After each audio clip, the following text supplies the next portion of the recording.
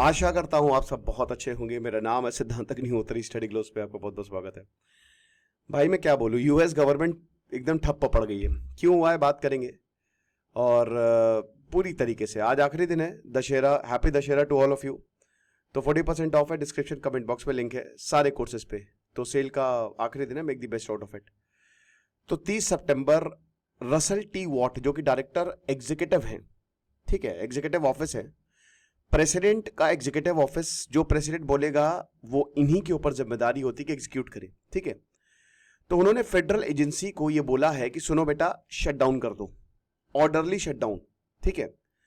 कब तक के लिए पता नहीं। क्यों? क्योंकि डेमोक्रेट्स और रिपब्लिकन्स आपस में भिड़ गए हैं, लड़ाई हो गई है भैया, लड़ाई माफ करो। दो पार्टी, जैसे यहां बीजेपी कांग्रेस है, वहां पे अमेरिका में डेमोक्रेट्स और रिपब्लिकन्स है। जो बाइडेन डेमोक्रेट्स के थे।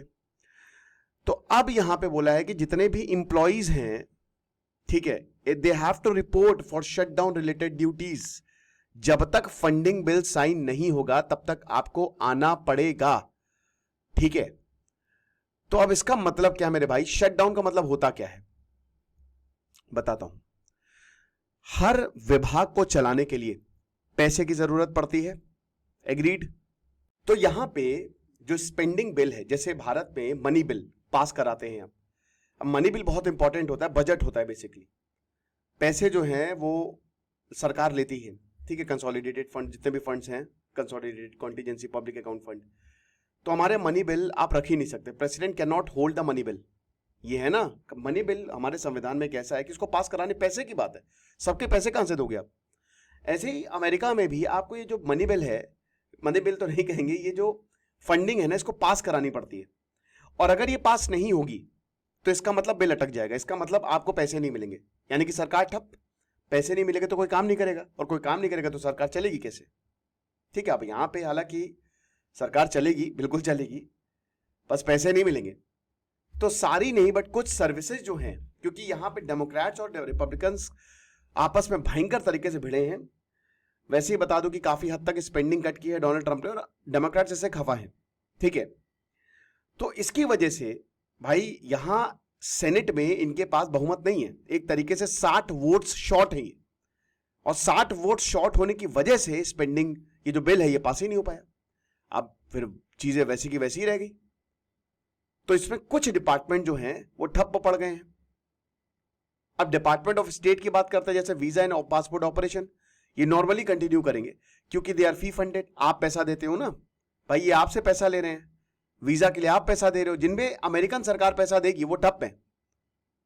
लेकिन अगर फी रिजर्व्स रन आउट, मतलब जैसे मान लीजिए कि 1 करोड़ हमने लोगों से कलेक्ट की, अब 1 करोड़ अगर मान लीजिए खत्म हो गया तो सर्विस जो है वो बंद हो जाएगी। और डिप्लोमेटिक वीजास के लिए ये सर्विस लिमिटेड रहेगी, या फिर कोई लाइट फॉर डेथ इमरजेंसीज है। आप समझ रहे हो, बहुत डेंजरस हो गया ये। पोर्ट्स ऑफ एंट्री ये ओपन है, लेकिन एप्लीकेशन जो है बॉर्डर पे जो फाइल हो गई है उसको हो सकता है वो डिले हो जाए। अब इमिग्रेशन अटॉर्नी अभिनव त्रिपाठी ने ट्रैवलर्स को एडवाइस किया कि पहले से ही प्लान कर लो, और प्लान बहुत लंबे समय तक करो, क्योंकि कंसुलेट्स जो हैं वो सर्विसेज को रिड्यूस कर सकती हैं। शटडाउन पता नहीं ना, अनसर्टेन है कितना लंबा चलेगा।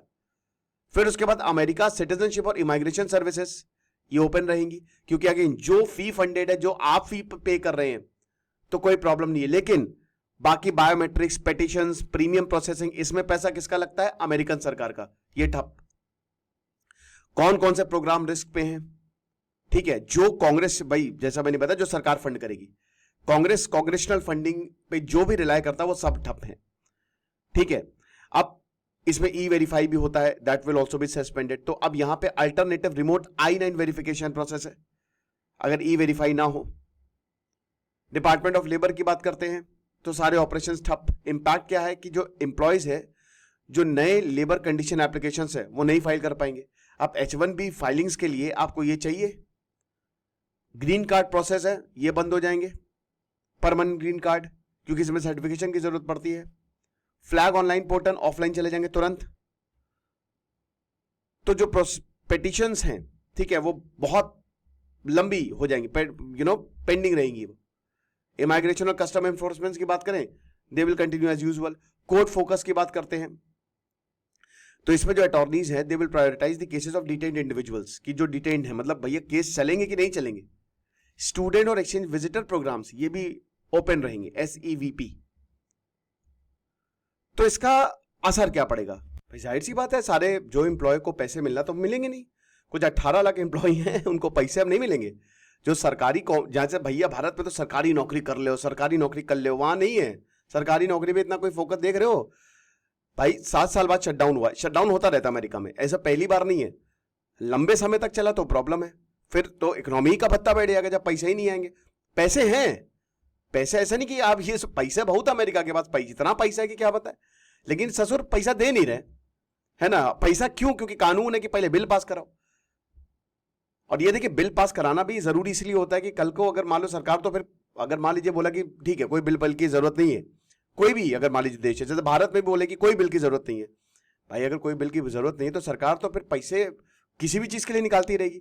तो एक चेक्स एंड बैलेंस के लिए बिल पास कराना जरूरी होता है। और डेमोक्रेट्स ने हेल्थ केयर का मामला उठाया है कि ये मेन हेल्थ केयर पे मामला फंसा है, कि टैक्स क्रेडिट्स पे मामला फंसा है कि तुमने टैक्स क्रेडिट हटा दिए, तुमने नेशनल स्पेंडिंग जो है वो कम कर दी है, तुमने हेल्थ केयर सिस्टम जो है, तुम अब जैसे इमाइग्रेशन जो है, जो भाई बाहर से लोग आते हैं, ठीक है, तो अब जितने भी इमाइग्रेंट्स हैं तो डेमोक्रेट्स उन पर मेहरबान रहती है। और डोनाल्ड ट्रंप का पहला यही था कि भैया उन्होंने तो एक इमाइग्रेशन एंड कस्टम इन्फोर्समेंट ये डिपार्टमेंट ही अलग बना लिया, ICE ही, और बोला कि बेटा कोई भी आएगा ना ऐसी की तैसी कर देंगे, तो जो तुमको राइट्स मिलते हैं वो नहीं देंगे। उसमें हेल्थ केयर भी था कि कोई माइग्रेंट आता था, क्योंकि हेल्थ केयर सबसे ज्यादा महंगा है। आप सरकार, अगर आप डॉक्टर के पास जाएंगे अमेरिका में, आप पहली बात तो मिलेगा ही नहीं, अपॉइंटमेंट ही वहां पे 1-1, 2-2 महीने, दांत में दर्द हो रहा है 2 महीने बाद आना, तब तक झेलते रहो, ठीक है।